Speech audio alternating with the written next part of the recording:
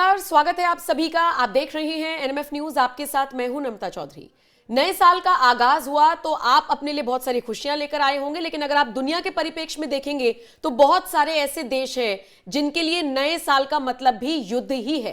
पिछले काफी वक्त से इन देशों में युद्ध चल रहा है और अभी भी ये युद्ध थमने का नाम नहीं ले रहा। इनमें से कई देश ऐसे हैं जिनमें सरकार को गिराने के पीछे सीधे सीधे अमेरिका का हाथ है। अगर मैं ईरान का जिक्र करूं, पूरी तरीके से तख्ता पलट की तैयारी ईरान में चल रही है। इसके पीछे भी अमेरिका है, लेकिन ईरान सिर्फ कठपुतली है। असली मोहरा चाइना है, और वो कैसे, ये हम आपको बाकी वीडियोस में लगातार समझा रहे हैं। लेकिन आज इस वीडियो में बात करेंगे कि कैसे बिना लड़े वेनेजुएला जैसा देश भी अब अमेरिका से डर रहा है, पीछे हट रहा है और हार मानकर बैठ गया है। वेनेजुएला वो देश है जहां पर अमेरिका ने न सिर्फ सैंक्शंस लगाए हैं बल्कि कई ऐसे कदम उठाए हैं जिसके बाद उस देश ने सीधे सीधे तौर पर कह दिया, जी हम लड़ने के मूड में नहीं हैं, हम पीछे हटने को तैयार हैं। दूसरी तरफ यमन और यूएई में भी युद्ध स्तर पर सारी चीजें चल रही हैं। बीते दिन के विजुअल सामने आए हैं जिसमें बमबारी की गई है यमन में, और उसके बाद अब यूएई भी पीछे हट गया है। अब अगर बात रूस और यूक्रेन की जाए तो क्या यूक्रेन भी अब पीछे हटने के मूड में है? अब वो और नहीं लड़ेगा? आज इसी को विस्तार से समझने की कोशिश करेंगे कि क्या अब बहुत सारे देशों में जो युद्ध चल रहा है वो अब रुकने की कगार पर है। पंकज जी, मेरे वरिष्ठ सहयोगी, मेरे साथ जुड़े हुए हैं। पंकज जी, हम देख रहे हैं कि अमेरिका वेनेजुएला में ऑयल टैंकर जब्त कर रहा है, उनके ऊपर दबाव बना रहा है, तो वो तो पहले पीछे हट गए। यूएई भी पीछे हट रहा है बमबारी करने के बाद, वो अलग बात है। अब क्या लग रहा है, इन देशों में क्या हालात बनेंगे? एक एक करके समझाइएगा।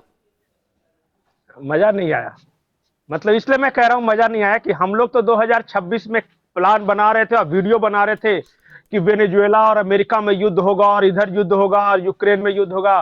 तो साल के दूसरे दिन सबसे पहले वेनेजुएला से खबर आ गई। कल मदुरो ने एक अपील जारी की और उन्होंने कहा कि माई बाप हम सरेंडर करते हैं, एक लाइन में। अब उसको आप किसी चाशनी में लपेट के बोलिए, बात तो वही था कि हम सरेंडर करते हैं। हुआ क्या, वेनेजुएला के चारों तरफ से घेर लिया अमेरिकन नेवल शिप्स ने, और एक भी जहाज को बाहर नहीं आने दे रहे थे वो। अब वेनेजुएला पहले तो पूरा ड्रिल व्रिल दिखाया, अपने सैनिकों का परेड वरेड और फायर वायर दिखाया, और फिर बोला चाइना हमारी मदद करो, देखो हम तुम्हारे दोस्त हैं, अमेरिका हमको घेर लिया है तो मदद कर दो। चाइना ने आज तक किसी का मदद किया है क्या? बगल में पाकिस्तान का मदद नहीं किया कभी। तो चाइना चुपचाप रहा, बोला ही नहीं, आंख बंद करके छोटी वाली और मुंह भी बंद करके। अब वेनेजुएला देख रहा है कि ना मैं कहीं सामान बाहर भेज पा रहा हूं, ना बाहर से सामान अंदर आ रहा है। वो समझ गया कि अब चलेगा नहीं। तो मदुरै ने ये कहा ट्रंप से कि आप चाहते क्या हो? ट्रंप ने कहा कुछ नहीं, तुम्हारे ऑयल फील्ड्स अमेरिकन कंपनियों को दे दो, ड्रिल बेबी ड्रिल, हम निकालेंगे। बोला कि ठीक है ले लो, जिंदा रहेंगे, बहुत ऑयल चलाएंगे। तो कंप्लीट सरेंडर साल के दूसरे दिन वेनेजुएला ने। एक तो उस फ्रंट से खबर आई, तो वो युद्ध तो अब नहीं होगा, खत्म, सारा थ्रिल गया। अब दूसरा, हम उम्मीद कर रहे थे कि सऊदी अरब और यूएई लड़ेंगे, मजा आएगा, पाकिस्तान किसकी तरफ जाएगा हम देखते हैं। लड़ाई होने से पहले ही यूएई ने कल रात घोषणा की कि हमने अपने आखिरी सैनिक को यमन से हटा लिया है, और सबसे बड़ा एरिया यूएई के ही कब्जे में था। जो साउथ ट्रांजिशन काउंसिल जो है, जो विद्रोही गुट है, उसको यूएई का डायरेक्ट बैकअप था। अब यूएई अपनी सेना हटा लिया, वहां से कोई है नहीं मदद करने के लिए।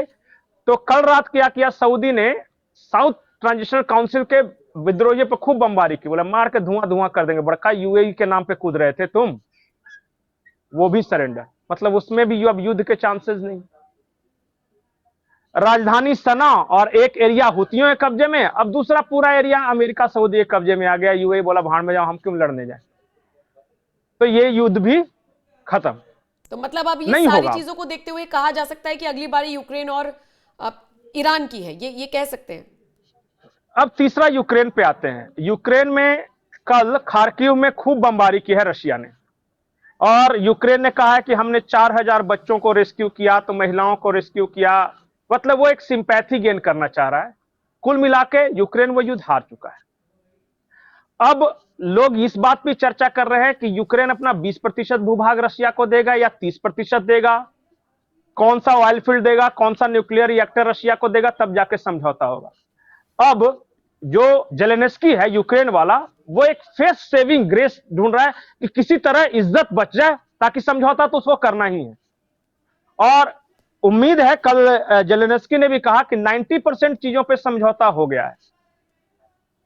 जेलेंस्की कह रहा है, रशिया कह रहा है कि रुको एक आध महीने, पहले 2-4 बम और तुमको मारेंगे, सारी गर्मी निकालेंगे, तब समझौता तो हम भी करेंगे, लेकिन इस लेवल पे तुमको गिरा के समझौता करेंगे कि कभी युद्ध लड़ने की सोचना मत, और दूसरे के भरोसे तो मत ही सोचना।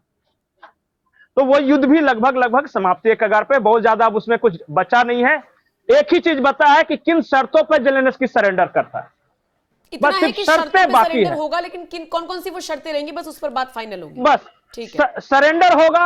अब बताइए, ट्रंप और पुतिन एक साथ मिल गए हैं और दोनों मिलकर जेलेंस्की के दोनों तरफ से कान पकड़े हुए हैं, उमेट रहे हैं कि बताओ कब करोगे कब करोगे। तो बेचारा करे तो क्या करे, तो वो बन गया बेवकूफ। तो ये हो गया तीसरा युद्ध, ये भी गया काम से। अब चौथे जहां पे संभावना है वो है ईरान वाला मामला। पिछली बार ऑपरेशन राइजिंग टाइगर इजराइल ने शुरू किया था, रोरिंग टाइगर, दहाड़ता हुआ शेर, और खूब लड़ाई वड़ाई हुई, उसका कुछ कंक्लूजन नहीं निकला। अमेरिका ने भी अपना B-2B बॉम्बर से बरसाया, पर उसका नहीं, बोला कि नहीं, ऐसे में खर्चा ज्यादा हो जाएगा और ये हटेगा भी नहीं अयतुल्ला खुमैनी, तो एक काम करते, दूसरे तरीके से इसका कान पकड़ते हैं। तो बोला कि ठीक है, शांति शांति शांति शांति, समझौता हो गया। और कल की खबर है, पेजेस्कियां हैं वहां के प्रधानमंत्री ईरान के, उन्होंने कहा है कि हमें तो फंसा दिया, इराक के थ्रू जो कुर्द लड़ाके हैं वो ईरान में दाखिल हो गए हैं और उनके पीछे हथियारों का बहुत बड़ा जखीरा भी ईरान में दाखिल हो गया है। तो इराक के थ्रू एंटर कर रहे हैं वो विद्रोही। और अंदर क्या हो रहा है, अंदर यहां के यंगस्टर्स रोड पे हैं, महिलाएं, यंगस्टर्स, लड़कियां, जो ही बोलिए। तो ईरान में गृह युद्ध तो तय है। ये जितना ज्यादा ईरान की सरकार दबाव डाली, तो वैसे तो नहीं हरा सके, डायरेक्ट ऊपर से बम गिरा के, अब गृह युद्ध होगा। अंदर से तोड़ दिया। डोनाल्ड ट्रंप का कल एक ट्वीट आया है कि प्रदर्शनकारियों पे बहुत ब्रुटलिटी हो रही है और ईरान की सेना ठीक नहीं कर रही है, हम उनके पीछे बिल्कुल पूरी तरह तैयार, इसमें कोई दबा छुपा बात ही नहीं है।